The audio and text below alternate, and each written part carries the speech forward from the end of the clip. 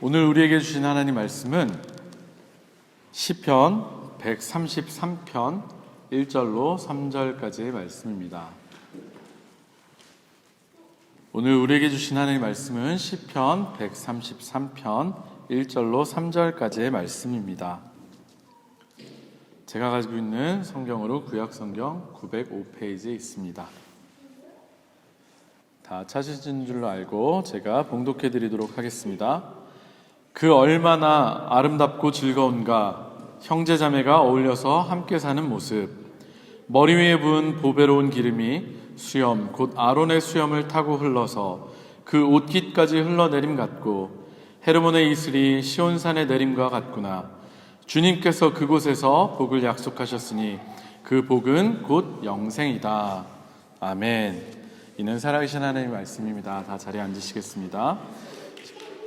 제가 잠깐 기도하고 우리 하나님 말씀 나누도록 하겠습니다. 기도하겠습니다. 좋으신 주님 감사합니다. 하나님, 특별히 구정설을 맞아서 저희들 온 가족이 어린아이로부터 우리 장로님 또 권사님들에 이르기까지 온 가족이 이렇게 주님 앞에 예배드리게 하시니 감사합니다. 하나님, 우리들에게 가족을 주셨음을 다시 한번 감사하게 하시고, 특별히 그리스도의 피로 한 형제 자매된 우리가 서로를 사랑하며 아름답게 연합하여 예배드리는 우리 되게 하여 주시옵소서.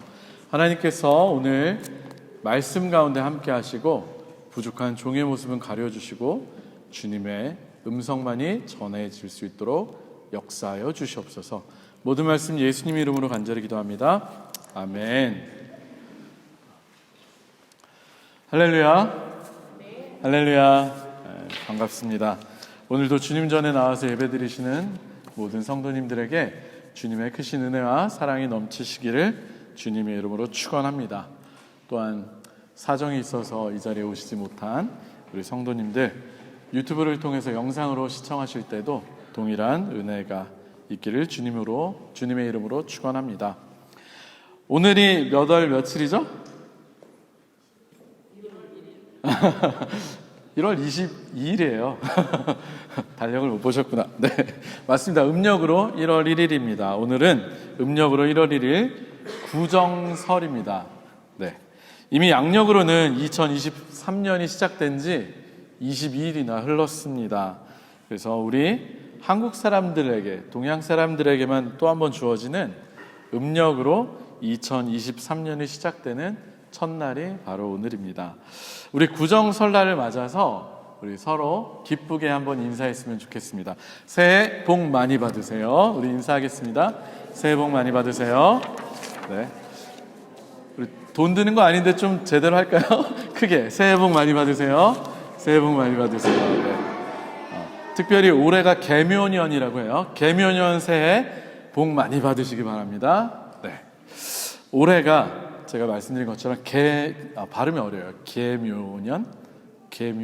네, 개묘년 검은 토끼의 해라고 합니다. 토끼는 번식을 아주 잘하는, 새끼를 많이 낳는 동물입니다. 그죠? 아시죠?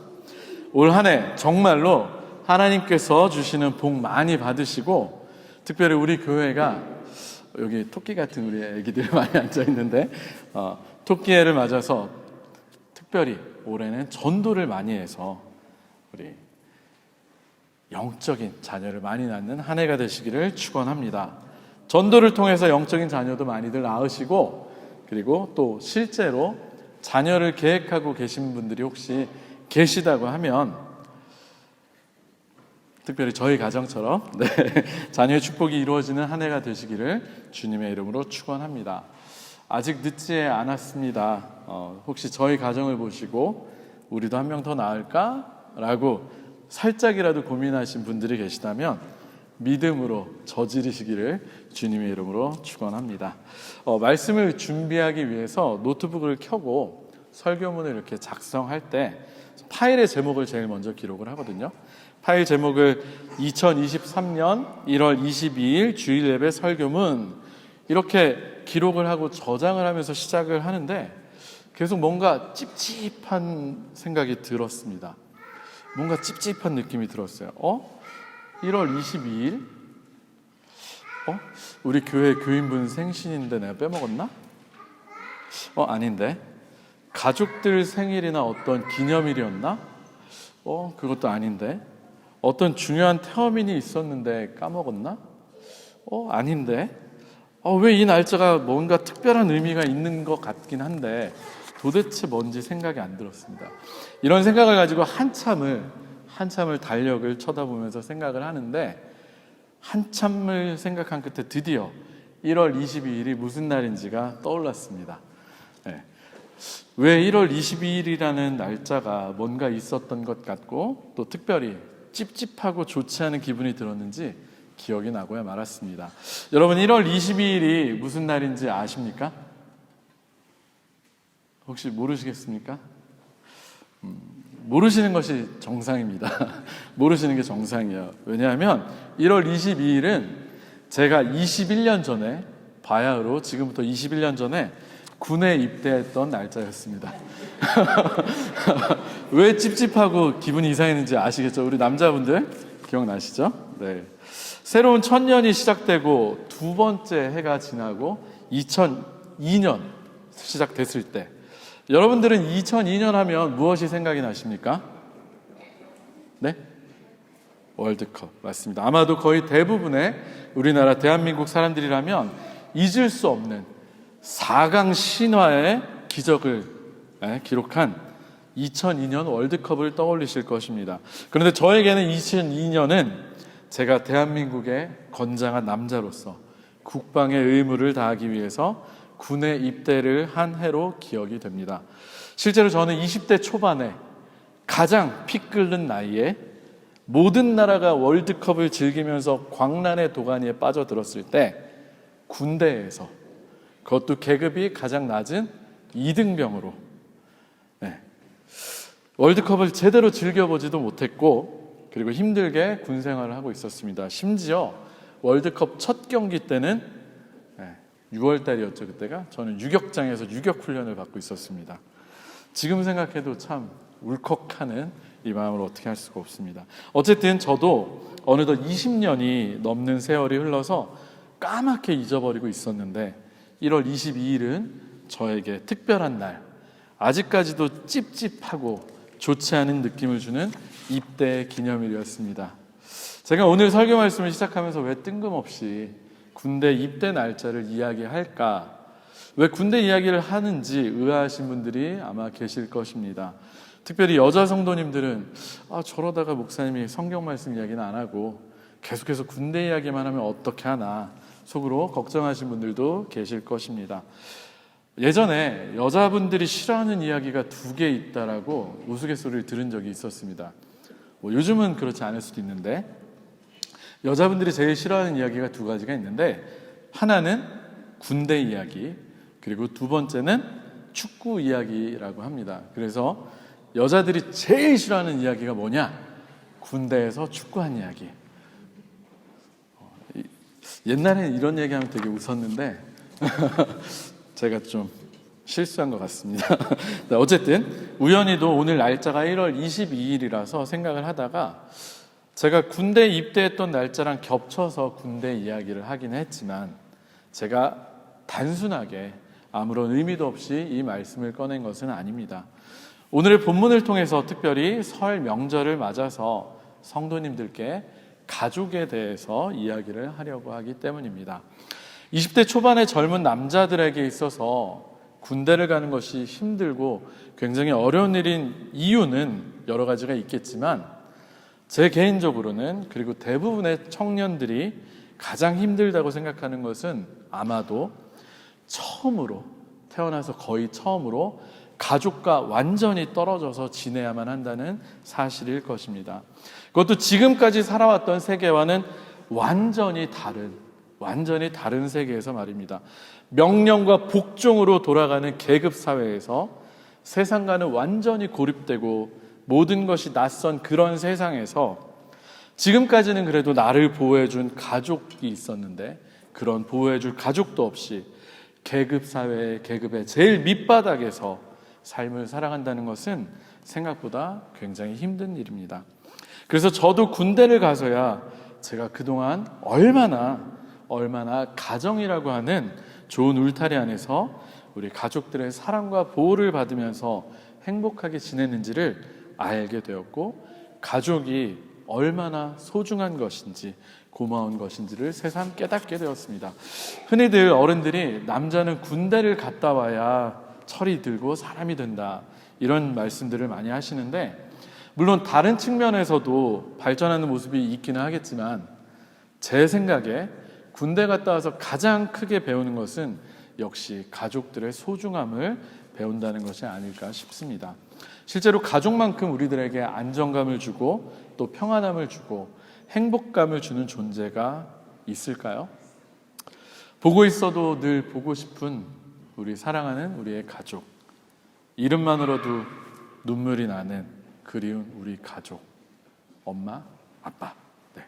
특별히 우리는 모두가 다 사랑하는 가족을 떠나서 이역만리 해외에서 살고 있는 사람들이기 때문에 가족에 대한 그리움이 더욱더 남다를 것입니다.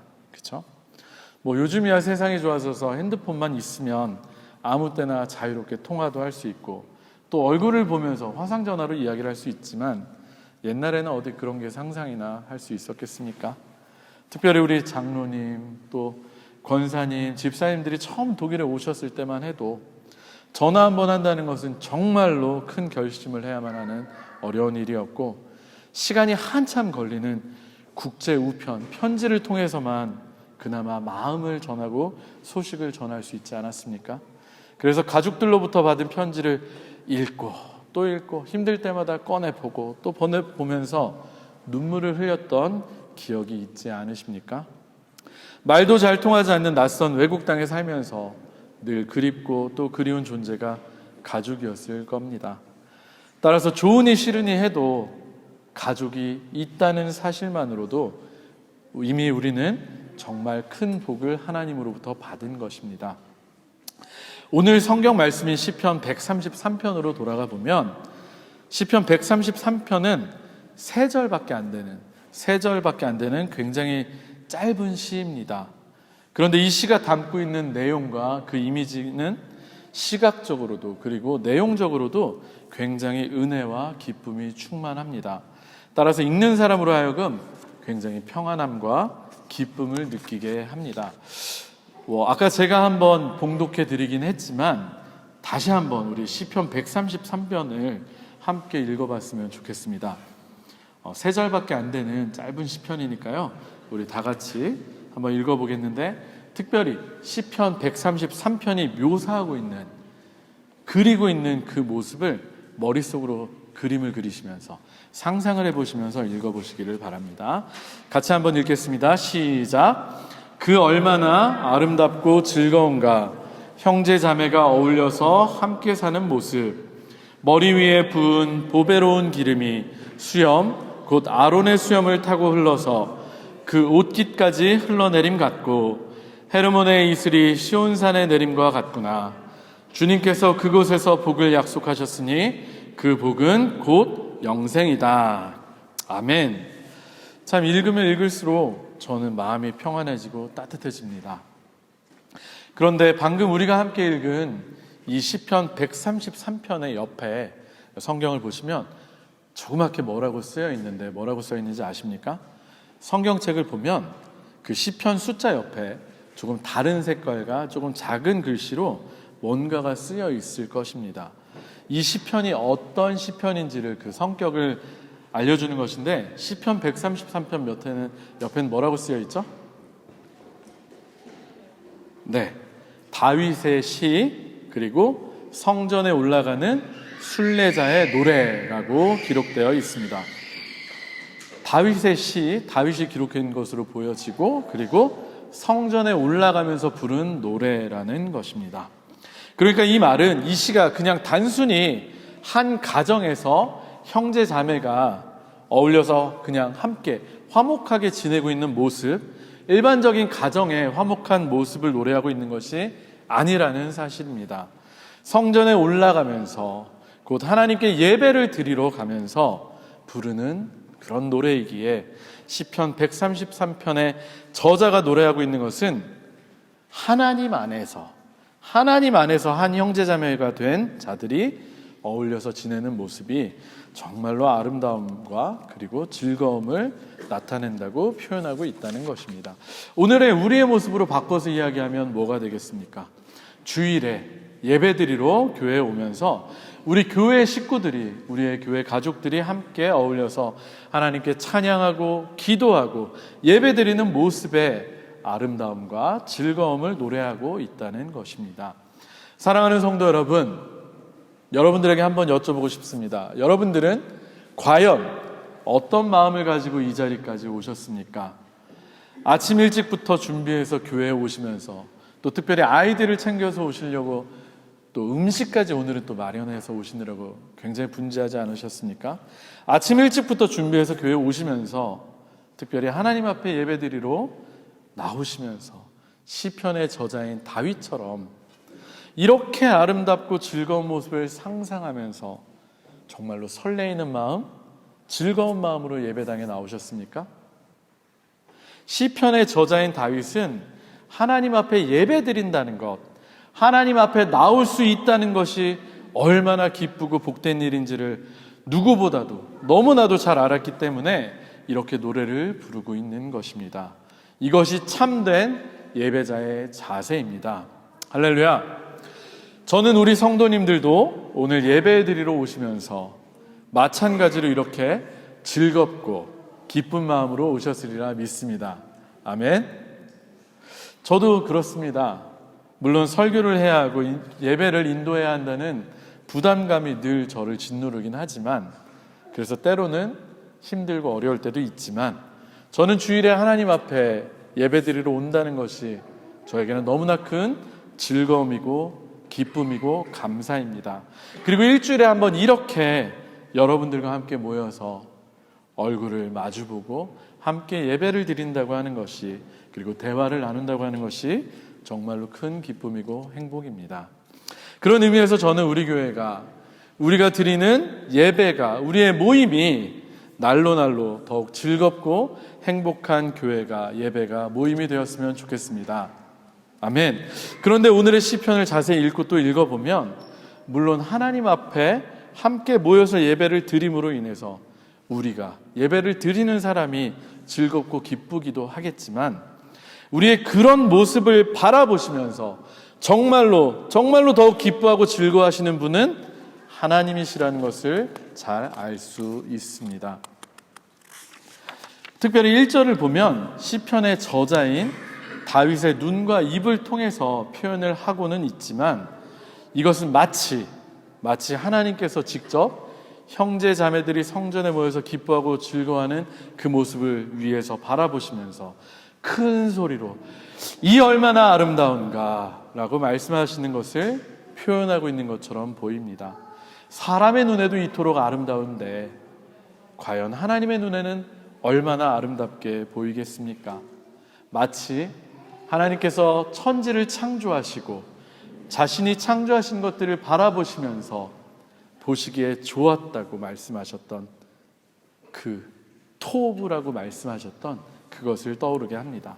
실제로 1절에 우리말 성경에서 아름다운가 라고 번역된 이 단어의 히브리어 원어는 하나님께서 세상을 창조하시고 나서 보기에 좋으셨다고 말씀하셨던, 제가 조금 전에 말씀드렸던 그 단어 토브, 그 단어가 동일하게 사용되었습니다. 따라서 이것이 무엇을 뜻하냐면, 하나님께서 원래 세상을 창조하시고 인간들을 창조하시면서 보기에 좋으셨다고 하셨던 그 모습, 원래 하나님께서 인간들을 창조하시면서 기뻐하셨고 의도하셨던 그 모습, 바로 우리가 하나님 앞에서 서로 어울려서 함께 사는 모습, 연합하여 함께 하나님께 예배드리는 모습이 바로 그 모습이었다는 것입니다. 하나님은 우리가 서로 사랑하면서 화목하게 지내는 것을 보시면 정말로 기뻐하십니다. 사랑하는 성도 여러분, 그런데 사실 우리들도 그렇지 않습니까? 저와 제 아내가 저희 아이들 율리와 테리를 키우면서 제일 행복하고 기쁠 때가 언제인지 아십니까?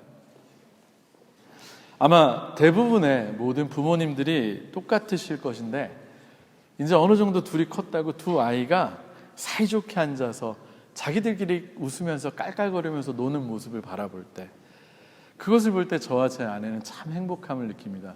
그래서 그런 모습이 보이면 여지없이 사진을 찍고 또 보고 흐뭇해합니다. 우리 하나님도 마찬가지이십니다. 하나님께서 원하시는 것은 하나님의 자녀된 우리들이 서로를 사랑하면서 함께 어울려서 사는 것, 특별히 한 마음으로 함께 모여서 하나님을 찬양하고 하나님께 예배하는 것을 원하십니다. 그리고 그것을 볼 때 하나님께서는 너무나 기뻐하십니다. 그리고 그냥 기뻐만 하시는 것이 아니라 우리들에게 더할 수 없는 큰 은혜와 복을 내려주시는데, 그것이 바로 2절과 3절에 나타나고 있는 복입니다.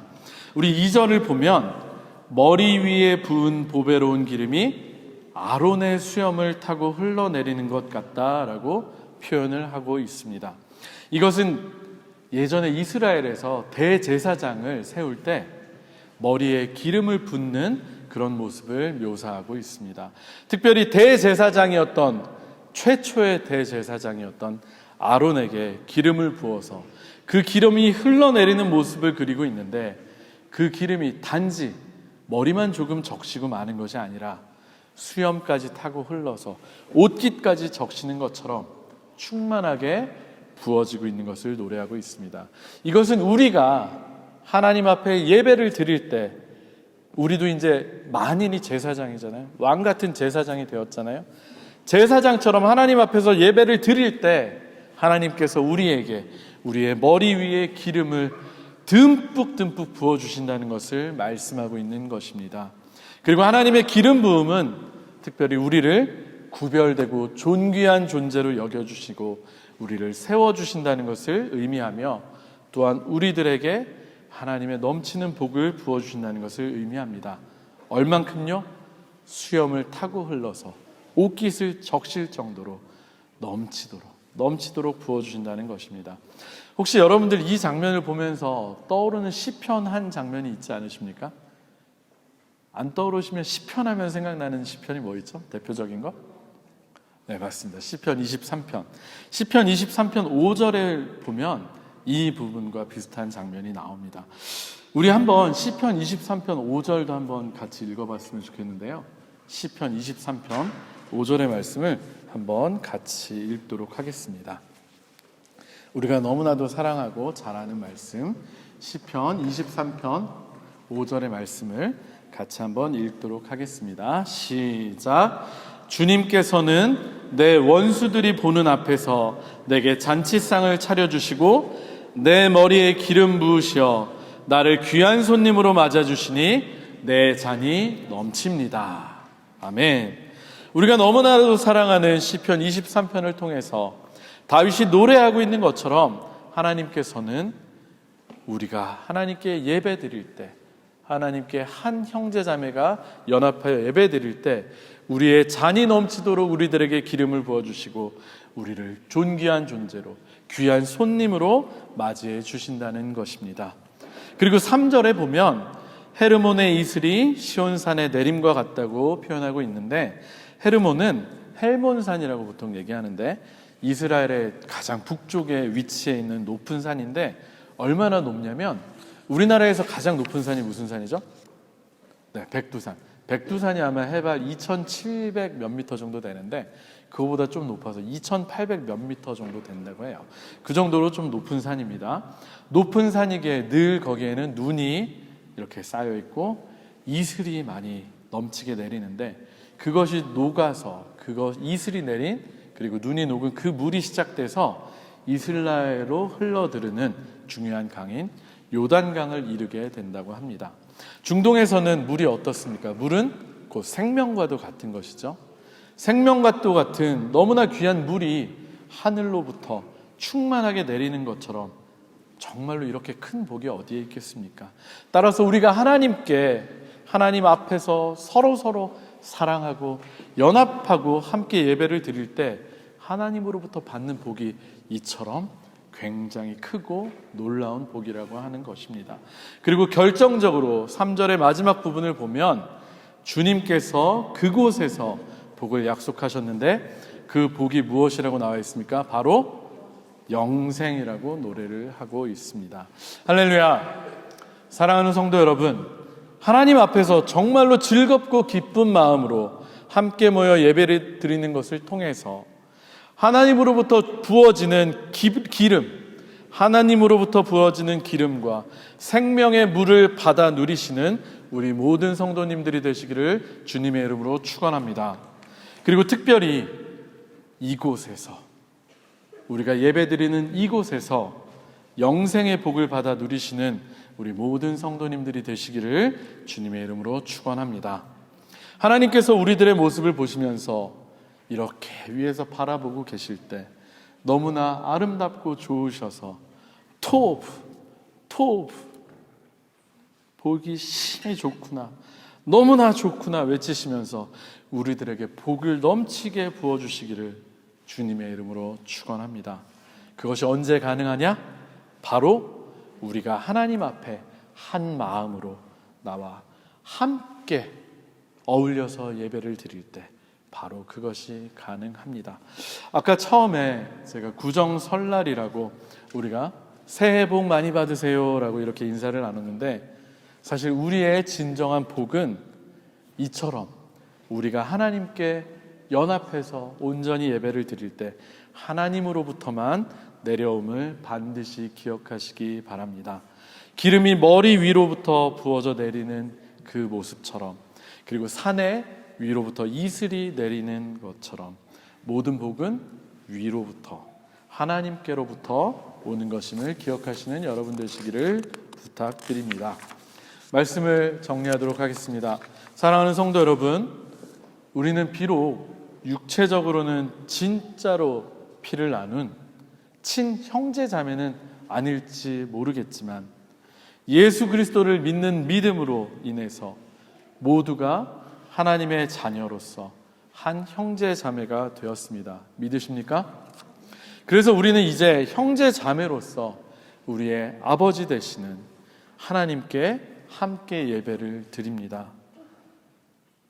그냥 이제는 남으로서가 아니라, 그냥 남이 아니라 이제는 정말로 하나님의 자녀들이자 가족으로서 드린다는 것입니다.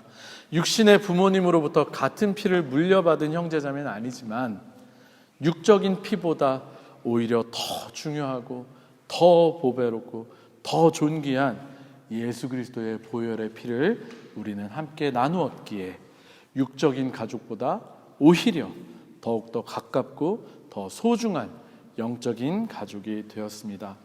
오늘의 시편을 통해서 살펴본 것처럼 하나님께서 이 세상을 창조하시면서 기뻐하셨고 또한 계속해서 바라보기를 원하셨던 모습, 그것은 바로 우리가 하나님의 자녀인 형제 자매들로서, 가족으로서 서로를 사랑하고 섬기며 어울려서 함께 예배를 드리는 모습일 것입니다. 특별히 우리는 독일이라고 하는 먼 이국 땅에 살고 있기 때문에 실질적으로도 우리가 서로 친가족이나 다름없는 사람들입니다. 그렇지 않습니까? 영적으로나 또 실질적으로나 한 분 하나님의 자녀이자 또 가족으로서 우리 교회가 앞으로 더욱더 서로 간에 사랑이 넘치는, 서로 간에 섬김이 넘치는, 서로 간에 연합하여 하나가 되는 그런 교회가 되기를 소망합니다.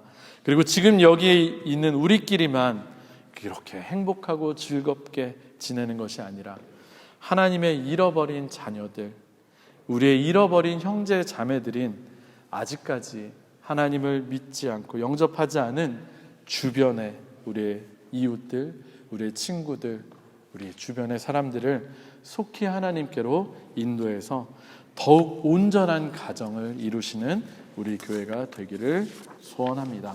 그래서 제가 제일 좋아하는 성경 구절이고 오늘 일찍 오신 분들은 저와 함께 찬양을 했던 스바냐 3장 17절의 말씀처럼 하나님께서 우리들을 바라보시면서 우리들이 함께 사랑하며 연합해서 예배드리는 그 모습을 보시면서 도저히 그 기쁨을 참을 수 없어서 그 기쁨을 이기지 못하시는 그런 교회, 하나님께서 넘치도록 복을 부어주시는 그런 교회가 되었으면 좋겠습니다. 그래서 정말로 우리 교회를 통해서 이곳에서 많은 사람들이 복을 받고 특별히 영생을 얻는 놀라운 역사가 일어나기를 주님의 이름으로 축원합니다. 우리 그 일을 위해서 더욱 서로를 사랑하고 서로를 섬기며 하나님께 힘을 모아 예배하는 우리가 되길 바라겠습니다. 아멘. 아멘. 우리 시간에 함께 찬양하고 기도하겠는데, 아까쯤에 우리 불렀던 찬양 주보에 제가 복사해 놓은 지금 우리는 마음을 합하여 일어나 새벽을 깨우리라. 이 세상은 점점 어두워져 가고 있습니다. 하나님을 믿는 사람들은 점점 줄어들고 하나님의 교회 안에서도 싸움과 다툼과 분쟁이 많아지고 교회는 점점 힘을 잃어가고 있는데, 이러한 때에 우리가 하나 되고 연합해서 이 어둠을 깨우는 새로 새벽을 불러일으키는 그런 참 하나님의 자녀들이 되기를 소원합니다. 우리 그 마음을 가지고 찬양하고 기도하겠습니다.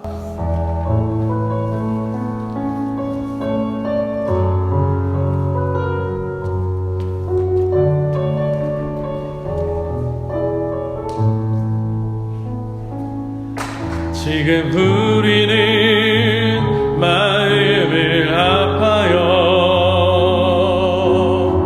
진정으로 찬양할 때니 모이자 하나 되자 우리가 갈 길이라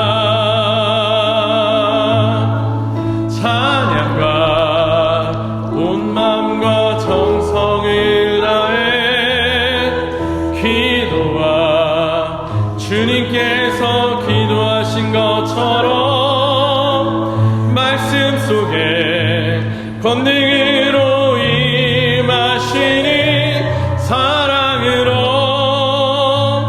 하나 되자. 우리의 젊음 모두 다해 주님을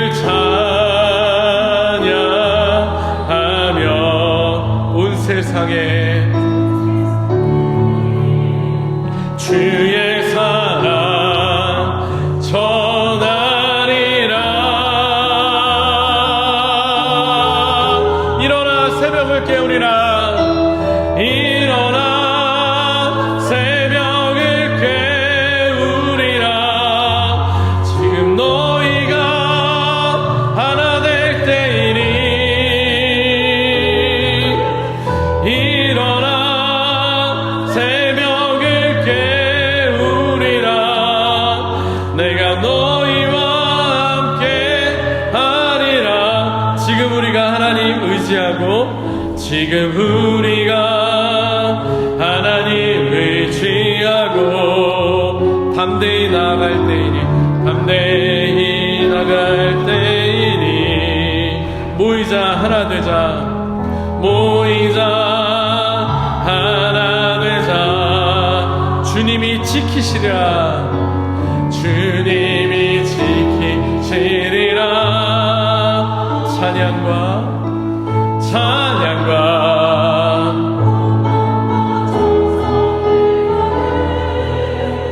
기도와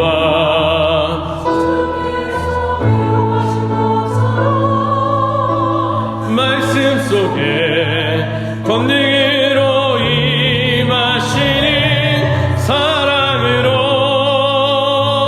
하나 되자. 우리의 젊음 모두 다해 주님을 찬양하며